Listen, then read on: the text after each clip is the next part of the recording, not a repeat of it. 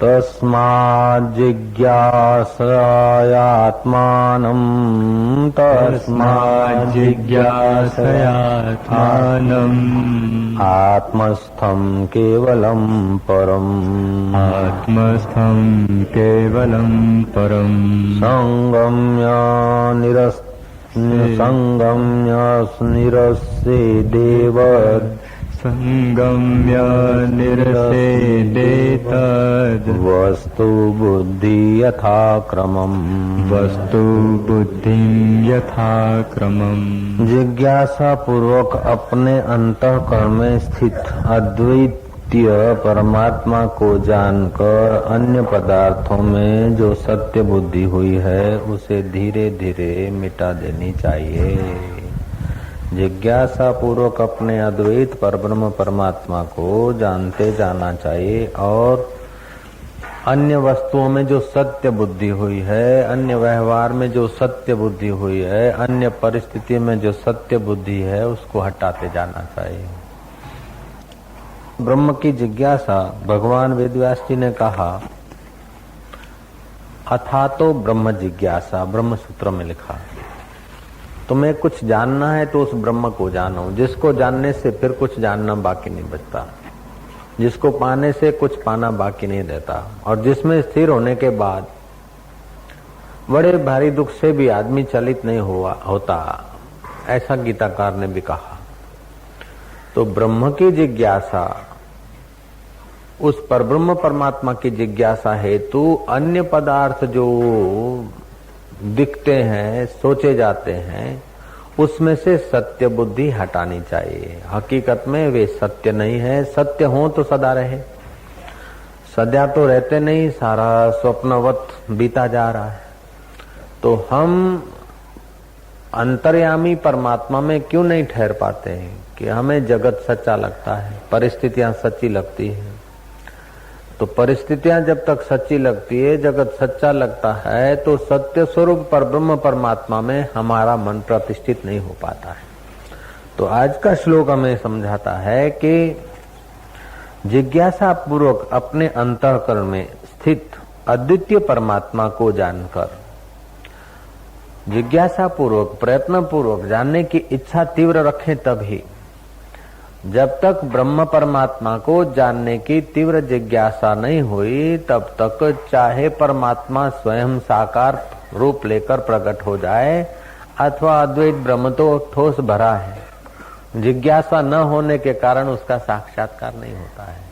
जो सर्वव्यापक ईश्वर है और आज तक दिखता नहीं तो जिज्ञासा की कमी है। तो जिज्ञासा पूर्वक उस अद्वैत ब्रह्म को जानकर जगत की सत्यता की वासना को हटाते जाएं, एक एक करके हटाते जाएं। शिव जी ने कहा उमा कहूं मैं अनुभव अपना, सत्य हरि भजन जगत सब स्वप्ना। परमात्मा का भजन सत्य है, जगत स्वप्ना है। तो स्वप्ना जब चालू होता है तो स्वप्न की चीजें सच्ची लगती है, लेकिन स्वप्ने से हम जगते हैं तो स्वप्न की चीजें मिथ्या लगती है। पंचदशी कार ने कहा कि जिज्ञासु को प्रतिदिन नींद में से उठकर शांत भाव अपने मन से पूछना चाहिए कि कौन उठा। पता चलेगा कि चैतन्य तो ज्यों का त्यों है, शरीर जड़ है, तो मन तो उठा। जिस मन ने स्वप्न देखा है उस वक्त स्वप्ने को सत्य समझा है। तो जैसे स्वप्ने में से उठकर, रात्रि के नींद से उठकर, स्वप्ने से उठकर फिर इस जगत में आता है, तो जैसे स्वप्ने को स्वप्न समझ लेता है, ऐसे इस जगत को स्वप्न समझूंगा। इस जगत के स्वप्न तुल्य याद करना चाहिए। तो जैसे रात्रि के स्वप्ने से उठा तो उसको स्वप्न माना, ऐसे ही इस संसार को स्वप्न के साथ तुलनात्मक करते जाएं। समय की धारा में सब बहा चला जा रहा है। सुख दुख, अपना पराया, मान अपमान, अच्छा बुरा, सब बहा जा रहा है। लेकिन नादानी से ब्रह्म जिज्ञासा हो नहीं पाती। तो जो बहा जा रहा है वो सच्चा लगता है, जो मिथ्या है, झूठा है, वो सच्चा लगा जा रहा है। और जिसकी सत्ता से दिखता है उस मय का पता नहीं। तो जिससे दिखता है, जो शाश्वत है, जो सदा है, जो अमर है, जो अपना आपा है, उसका पता नहीं। जो नश्वर है, बदलने वाला है, पराया है, परिस्थितियों में चक्रावे में आ जाता है, उसकी आस्था छूटती नहीं। क्यों नहीं छूटती? कि वो सत्य लगता है। बोले भजन में मन नहीं लगता, मन शांत नहीं होता। भजन में उसलिए मन नहीं लगता कि इस जगत को सच्चा माना है, मान अपमान को, यश अपयश को सच्चा माना है, सुख दुख को सच्चा माना है, संसार के परिस्थितियों को सच्चा माना है। हालांकि वो सच्ची है नहीं, लेकिन सत्यता ऐसी घुसी है कि बैठेंगे तो भी मन उन्हीं का चिंतन करेगा। जैसे स्वप्न देखा और आंख खुल गई तो स्वप्न की चीजों का मूल्य हट गया। स्वप्न की चीजों का मूल्य हट जाने से फिर दिन में याद नहीं आता कि रात को बढ़िया स्वप्न देखा था, रसगुल्ला खाया था। आंखें बंद करके फिर रात के रसगुल्ले खाने नहीं जाते हो। आंखें बंद करके सोते सोते भी रात का स्वप्न, अगर आप दिन को सो रहे हैं तो ऐसा नहीं करते कि रात को जो लिया था, दिया था, ऐसा फिर हम लेवे दे, ऐसा नहीं होता। क्योंकि स्वप्ने को हमने स्वप्न समझ लिया है। इसलिए दिन में रात्रि के स्वप्ने की परिस्थितियों को फिर से लाने की इच्छा नहीं होती, उनको चिपकने की इच्छा नहीं होती। नहीं होती कैसे? कि उसको मिथ्या समझ लिया, उसकी सत्यता हटा दी है।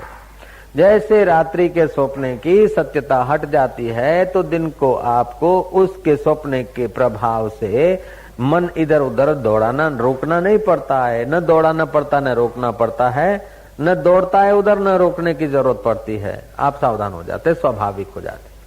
ऐसे ही ब्रह्मवेता जो हैं, आत्मज्ञानी महापुरुष, उनके अंतःकरण में ये पूरा संसार मिथ्यात्व, संसार का मिथ्यात्व सिद्ध हो जाता है, ज्ञान हो जाता है। विचार करते करते इसका मिथ्यात्व प्रमाणित हो जाता है। तो शास्त्र से मिथ्यात्व प्रमाणित है, इतिहास से मिथ्यात्व प्रमाणित है, और अपने अनुभव से मिथ्यात्व प्रमाणित है। इसमें शास्त्र प्रमाण है, जगत मिथ्या, उसमें शास्त्र प्रमाण है।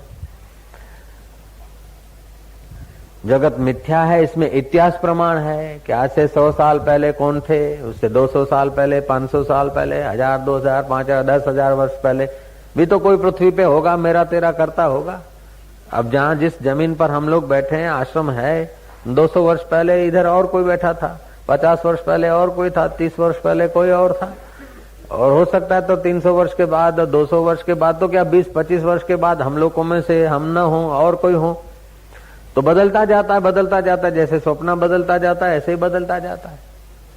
तो भौगोलिक दृष्टि से भी तो बदलाहट है, मौजूद है। ऐतिहासिक दृष्टि से देखो तो बदलाहट है, मिथ्यात्व है। और अपने अनुभव से देखो तो बचपन बदल गया, जवानी बदल गई, कल का दुख सुख बदल गया। दुख जिस समय आया था उसका बड़ा प्रभाव था, सुख जिस समय आया था बड़ा प्रभाव था। बच्चे के शादी विवाह का जब दिन था तो बड़ा प्रभावशाली लगा, 2-4 दिन के बाद सब फीका हो गया। दिवाली आने वाली है तो बड़ी शोरगुल हो रहा था मन में, ये करेंगे, ये करेंगे, ये बनाएंगे, ये जाएंगे, ये करेंगे। अब देखा तो वो सब समय की सरिता में बह गया। तो देखत नैन चलो जग जाई, का मांगू कछु स्थिर न रहाई। देखते देखते, आंखों के देखते ही जगत की परिस्थितियां बदल रही है। तो कौन सी परिस्थिति की इच्छा करूं, कौन सी अवस्था की इच्छा करूं, कौन से पदार्थ की इच्छा करूं, कौन से सुख की इच्छा करूं, या कौन से दुख मिटाने की इच्छा करूं। समय की धारा में सब बहा जा रहा है। एक शिष्य ने गुरु की चाकरी की और बोला, गुरु महाराज आप तो समर्थ हैं, ज्ञानी हैं, जोगी हैं, भक्त हैं, महाराज आपकी महिमा अपरंपार है। मुझसे दुनियादारों का दुख देखा नहीं जाता है, और आप अगर कृपा करो तो बस लोगों के दुख मिट जाए। ले बेटा, हम तो क्या कृपा करें, हम तो बाबा जी इसीलिए बने कि लोग रास्ता देख ले दुख मिटाने का, लेकिन लोगों को दुख मिटाने की रुचि नहीं। बोले बाबा जी कोई दुखी रहना नहीं चाहता, दुख मिटाना चाहते। बोले किसके दुख मिटाने? बोले सबके मिटा दे। बाबा जी ने कहा सबके तो दुख मिटा दें, सब चाहते हैं। बोले चाहे चाहे न चाहे आप मिटा दो, गुरु जी कृपा कर। तो सबके दुख कितने होंगे, कैसे होंगे? सारे दुख देखे जाए तो 3 प्रकार के होते हैं। कुछ दुख ऐसे होते जो भूतकालीन होते हैं, कुछ दुख ऐसे होते जो वर्तमान में होते हैं, और कुछ दुख होते हैं जो भविष्य में आने वाले होते हैं। इन सब दुखों को 3 काल में बांट दिए जा सकते हैं। 3 प्रकारना दुख હોય ને, ભૂતકાળના દુખ હોય, કોઈ ગાળ દીધી હોય, કોઈ કઈ ધમકી આપી હોય, કોઈ કઈ કહ્યું હોય, કોઈ અપમાન કર્યું હોય, લગ્નમાં ના આયા હોય, લગ્નમાં આવવાની ના પાડી હોય, ગમે તે એવું કઈ હોય, એ ભૂતકાલીન दुख। कोई वर्तमान काल के दुख और कोई भविष्यकालीन दुख। तो समझ का जरा सा सदुपयोग कर लो तो दुख अपने आप सबके मिट जाएंगे। जो भी इसका उपयोग करेगा उसके दुख मिट जाएंगे। तो ध्यान से सुनो। बोले हाँ गुरु महाराज, तो भूतकाल के दुख, जो भूतकाल बीत गया उसके दुख हैं, उसको सत्य न मानो, उसका चिंतन न करो तो वो दुख का कोई महत्व नहीं है। फलाने आदमी ने गाली दिया, ऐसा विचार मत करो, दे दिया तो दे दिया, चली गई बात। अपमान हो गया तो हो गया। किसी दिन बचपन में भूख लगी थी और फलाने भाभी ने रोटी नहीं दी थी, भाई ने जरा डांट दिया था या माँ ने जरा थप्पड़ मार दी थी। अब वो 4 साल पहले की बात याद न करो तो भी कोई दुख नहीं। जय श्री कृष्ण कही दो। तो जे વીતી ગયું એને તમે સત્ય ન માનો તો એનું કોઈ દુખ નથી। ભૂતકાળ તો ભૂતકાળ થઈ ગયો। હવે ભવિષ્યનું દુખ એ ભવિષ્ય આવ્યું જ નથી। ભવિષ્યના દુખના કોઈ ઠેકાણા નથી। તો અત્યારે આપણે વર્તમાનનું દુખ મટાડો એટલે ભૂત ને ભવિષ્ય ઉજ્જવળ થઈ જશે કે બાપજી ચલો વર્તમાનનું દુખ મટાડીએ। તો કે આજે અત્યારે તમારી ઉંમર કેટલી થઈ? કે મારી ઉંમર 32 વર્ષ 3 મહિના અને 3 દાડા। કે હારું, તો 32 વર્ષ 3 મહિના અને 2 દાડા ભૂતકાળમાં ગયા। 32 વર્ષ 3 મહિના અને ચોથો દાડો ભવિષ્યમાં ઉભો છે। तो 32 वर्ष 3 महीना 2 दिन भूतकाल में है और चौथा दिन भविष्य में है, तो तीसरा दिन है वर्तमान। तो आज का दिन वर्तमान है। आज का वर्तमान दिन है तो अभी दिन का 1 बजा है। 1:02 हुए हैं। तो 1:01 तो भूतकाल में सरक गया और 1:03 भविष्य में खड़ा है। तो 1:02 के दुख मिटाने की बात करो। जय श्री कृष्ण। 1:02 जो चल रही उसके दुख मिटाओ। उसमें दूसरी मिनट में 30 सेकंड तो भूतकाल में गुजर गए और 25 सेकंड बाकी के भविष्य में खड़े हैं। बाकी के 5 सेकंड का ख्याल करो। 5 में से 3 तो भूतकाल में है और महाराज 1 भविष्य में गया। और बाकी वर्तमान सेकंड का ध्यान रखो और तुम्हारे देखते देखते सेकंड बीतती है। ऐसे ही दुख सुख बहे जा रहे। खाम खा मैं दुखी हूँ, मैं चिंतित हूँ, मेरा क्या होगा। तू मैं को जानता नहीं है। जयराम जी की। अपनी असली मैं को जानता नहीं है, इसलिए मिथ्या शरीर को, मिथ्या व्यवहार को, मिथ्या सुख दुख को सच्चा मानकर दुख बना लेता है। दुख है नहीं, ऐसी मान्यता है हो गई कि ये करूं तब सुखी, इतना करूं तब सुखी, यहाँ जाऊं तब सुखी। लेकिन अपने को जानूंगा तब सुखी होऊंगा, दूसरा कोई उपाय नहीं। तो अपने स्वरूप को जानने की जिज्ञासा होनी चाहिए। अथा तो ब्रह्म जिज्ञासा, वेद व्यास जी ने कहा। यहाँ भागवतकार कहते हैं कि जिज्ञासा पूर्वक अपने अंतःकरण में स्थित अद्वैत परमात्मा को जानकर अन्य पदार्थों में से सत्यता हटा ले। अद्वैत परमात्मा माना 2 नहीं है, द्वैत नहीं है। देखने के रूप अनेक है, देखने वाला एक है। सुनने के शब्द अनेक है, सुनने वाला एक है। चखने के स्वाद अनेक है, लेकिन दृष्टा एक है। मन के संकल्प विकल्प अनेक है, लेकिन उसका दृष्टा एक है। बुद्धि के निर्णय अनेक है, लेकिन उसका दृष्टा एक है। स्वप्ने अनेक, लेकिन स्वप्ने का दृष्टा एक। जिसने 4 साल पहले स्वप्न देखा उसी ने 4 दिन पहले स्वप्न देखा और उसी ने 4 घंटे पहले स्वप्न देखा। तो स्वप्ने बदल गए, स्वप्ने बदले हुए थे और स्वप्ने का समय बदल गया, स्वप्ने बदल गए, स्वप्ने के वक्त के दुख सुख बदल गए, लेकिन उसको देखने वाला एक का एक। तो वो एक अद्वितीय जो ब्रह्म है वो मैं आत्मा हूँ, एक हूँ, अद्वितीय हूँ, आत्मा हूँ। जब तक ऐसा अद्वितीय ज्ञान नहीं हुआ तब तक भय बना रहेगा, चिंता बनी रहेगी, भय करवटें बदलता रहेगा, भय जगहें बदलता रहेगा, भय जाएगा नहीं। जब तक ये आत्मज्ञान नहीं हुआ तब तक दुख और भय जड़मूल से नहीं जाएंगे। ये जगह बदलते रहेंगे, अवस्थाएं बदलते रहेंगे, लेकिन मौजूद रहेंगे। एक थे जुन्नेद मियां, उसको भय लगता था कि यहाँ कब्रिस्तान से मुझे गुजरना पड़ता, और मैंने सुना है कि बावलिया भूत रहता है यहाँ इमली में। और बाबा जी मुझे बहुत डर लगता है। मैं तो बाबा जी आपको मानता हूँ, आसाराम जी महाराज मैं आपको मानता हूँ, खुदा कसम खा के बोलता हूँ, लेकिन हमारे वाले इधर आने में जरा हमारी मस्करी करेंगे, इसलिए मैं बुधवार इतवार के सिवा आता हूँ, चुपके से आता हूँ। ठीक है, आ गए तो ठीक है, तो क्या बात है?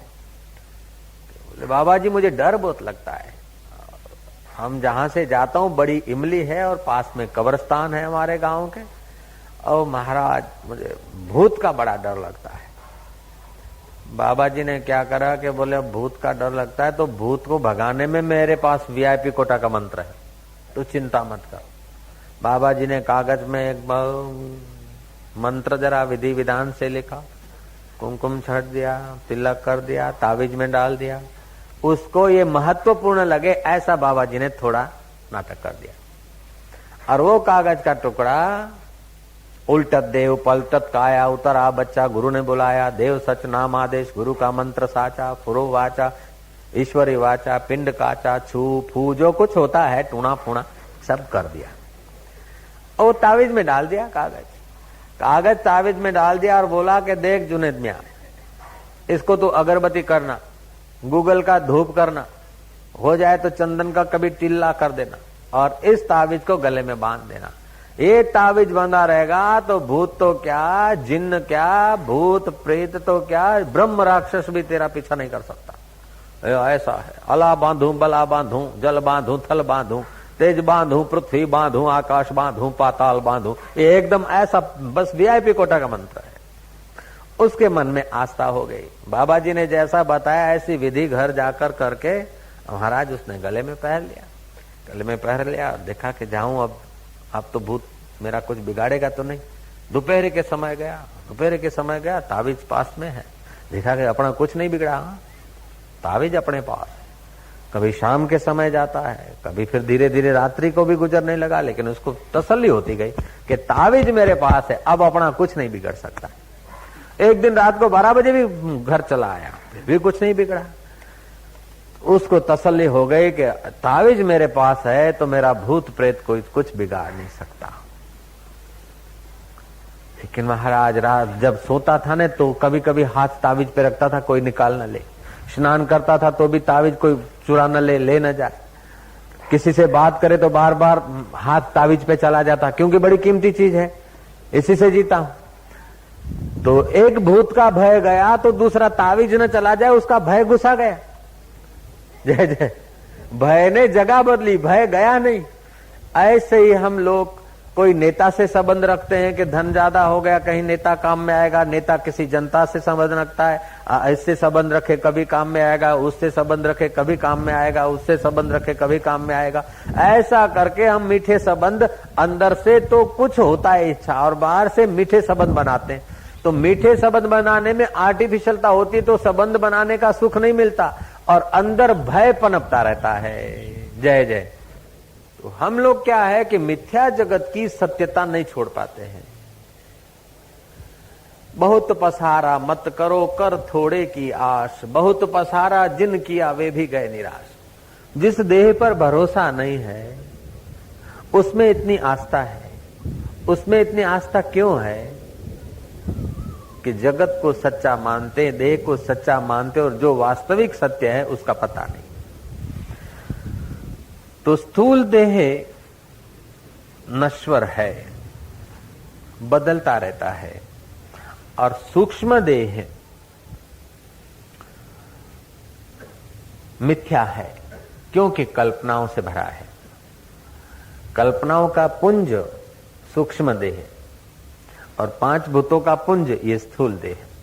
तो 5 भूतों में भी रोज 5 भूतों का पड़ता रहता है, रोज आता जाता रहता है, इसलिए वो मिथ्या है, नश्वर है। और सूक्ष्म देह कल्पनाओं का पुंज है, इसलिए वो नश्वर है। तो स्थूल देह मिथ्या है और सूक्ष्म देह नश्वर है। तो दोनों में आस्था निकाल दो तो आप शाश्वत हैं। सूक्ष्म देह के सूक्ष्म विचार और निर्णय बदलते रहते हैं और स्थूल देह के स्थूल कण बदलते रहते हैं, इसमें आप इनकार नहीं कर सकते।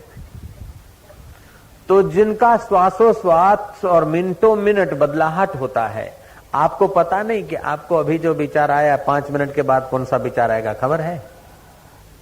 तो जो बीत गया उसका आपको पता नहीं और जो आएगा उसका आपको पता नहीं, लेकिन आप तो हैं, 2 दिन पहले जो थे वही आज हैं और 2 मिनट के अभी जो हैं 2 मिनट के बाद भी आप ही रहेंगे।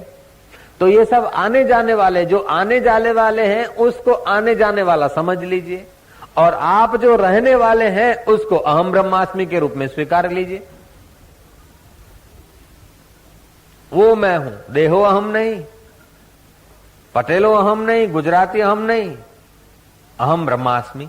वो मैं ब्रह्म जो एक अंतःकरण में है, अनेक अंतःकरण में वही का वही है, वो मैं हूं। ऐसा अपने शुद्ध स्वरूप का चिंतन करते करते अथवा श्वासोश्वास को जिस चैतन्य की सत्ता से स्पंदन मिलता है उसमें आराम पाते पाते अपने जीवन को पहचान लीजिए। मुर्दे को मैं मानने की गलती छोड़ दीजिए। धीरे धीरे अपने संस्कारों को सुसज्ज करते जाओ, ब्रह्म भाव को, और देह के लक्षणों को, देह के रंग को, देह चमड़े के रंग को अपना रंग मानने की गलती हटाते जाओ। मैं सारी दुनिया को, सबको रंग देने वाला हूं, मेरे को कोई रंग नहीं, मैं रंग का दाता हूं, मैं रंग से रंगता नहीं लेकिन मेरे से सारे रंग रंगते हैं। मैं भावों से भिंजता नहीं लेकिन मेरे द्वारा सारे भाव भिंजते हैं। तो एक होता है क्रिया का सुख, दूसरा होता है भावना का सुख, तीसरा होता है सविकल्प समाधि का सुख।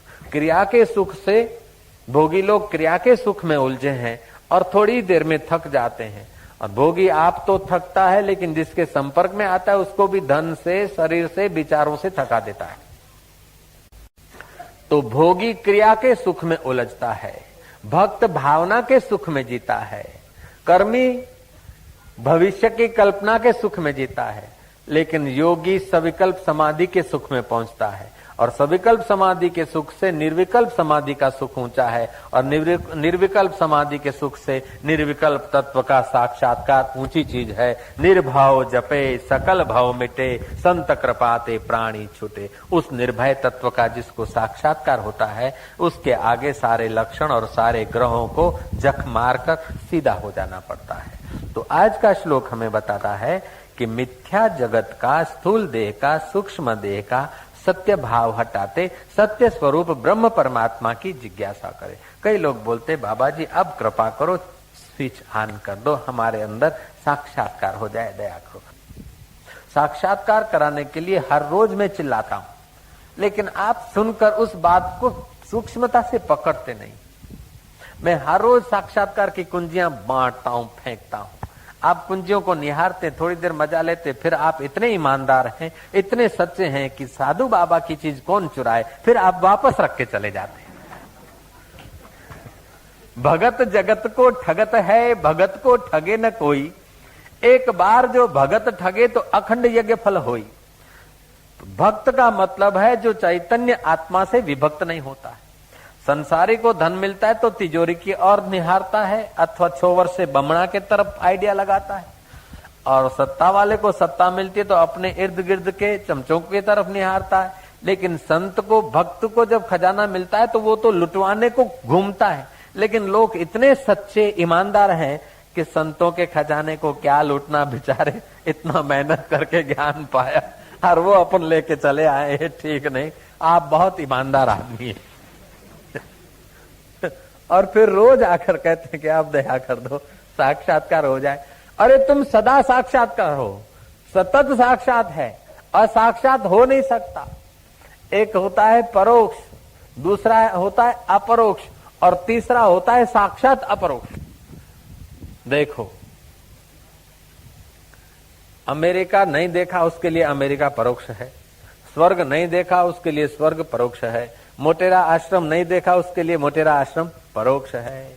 अब मोटेरा आश्रम में आ गए, योग वेदांत आश्रम में आ गए तो क्या हो गया? अपरोक्ष। अब परोक्ष नहीं हुआ कि अपरोक्ष हो गया। अपना स्वरूप साक्षात अपरोक्ष है। अब इस किताब को देखना है, किताब नहीं थी तब तक परोक्ष थी, किताब अब सामने आ गई तो अपरोक्ष हो गई। तो ऐसा तुम्हारा आत्मा नहीं कि यूं सामने आ जाए अपरोक्ष हो जाए, नहीं। किताब को देखना है तो प्रकाश चाहिए, आंख चाहिए, मन चाहिए और मैं चाहिए। अब आंख को देखना है तो न प्रकाश चाहिए न किताब चाहिए, केवल मन चाहिए। तो आंख को देखेगा कि आंख देखती है कि नहीं देखती है। अगर मन को देखना है तो केवल मैं चाहिए, और मैं को देखना है तो साक्षात अपरोक्ष मैं है। जय जय। वो साक्षात अपरोक्ष है, उसको हम नहीं देख पाते। उसका मतलब यह है कि जो सदा साक्षात अपरोक्ष है उसमें स्थिति नहीं होती। इसका कारण है स्थूल देह को मैं मानने की गलती है, सूक्ष्म शरीर के विचारों को मेरा विचार मानने की गलती है। तो आज का श्रीमद् भागवत के 11वें स्कंद का 10वें अध्याय का 11वां श्लोक कह रहा है कि जिस जिस जिज्ञासा पूर्वक अपने अंतःकरण में स्थित अद्वितीय परमात्मा को जानकर अन्य पदार्थों में जो सत्य बुद्धि हुई है उसे धीरे धीरे मिटाते जाना चाहिए। बहुत पसारा मत करो कर थोड़े की आश, बहुत पसारा जिन किया वे भी गए निराश। हाड बड़ा हरि भजन कर, द्रव्य बड़ा कछु दे, अकल बड़ी उपकार कर, जीवन का फल ए। दूसरे का उपकार करो चाहे न करो, कम से कम अपना उपकार तो करो। अकल बड़ी है तो अपने सत्य स्वरूप को जानो और मिथ्या स्वरूप का जो थोपा हुआ है पड़ उसको हटाओ। होता प्रकृति में है, होता 5 भूतों में है, लेकिन हमने के छोकरे को बड़ा किया, लड़की को शादी कराया, लड़के को शादी कराया, बहू को गहने दिलवाए, बेटे को ये कर दिया वो कर दिया, और मैं को तो जानता नहीं। अब तू क्या कर रहा है तेरे को पता नहीं। कोई न कोई एक बात लेकर हम चल पड़ते, जीवन पूरा घिस डालते। स्कूल करेंगे तो स्कूल और करो, नेतागिरी करेंगे तो और नेतागिरी करो, दुकान करेंगे तो और एक दुकान करो और दूसरी दुकान करो, बच्चे करेंगे तो एक बच्चा दूसरा बच्चा और बच्चे करो, मकान बनाएंगे तो और बड़ा बनाओ और बढ़ाओ, गहने लाएंगे तो और लाओ। उसमें एक जो पकड़ लेते ने पूछड़ा, उसी को बस जीवन का ध्येय बना लेते। हमने स्कूल खोला है बाबा जी, आपकी दया से अच्छी चलती है, अब और दया करो, कॉलेज बनाए, अच्छा कॉलेज बन गया, अब दया करो दूसरी कॉलेज बनाओ, ठीक है, दूसरी हॉस्पिटल बनाओ, लेकिन तुम कौन हो इसके भी थोड़ा ख्याल करो लाला। ये सब बनाओ, अच्छा है, ठीक है, लेकिन कई बना कर चले गए, कई कर करके चले गए। आप जिससे किया जाता है उसमें जरा आराम पाने का थोड़ा मौका लो। जिससे बनाया जाता है उस विधाता को, जीवनदाता को देख लो, नहीं तो मृत्यु से बचने के लिए कोई साधन काम नहीं देगा।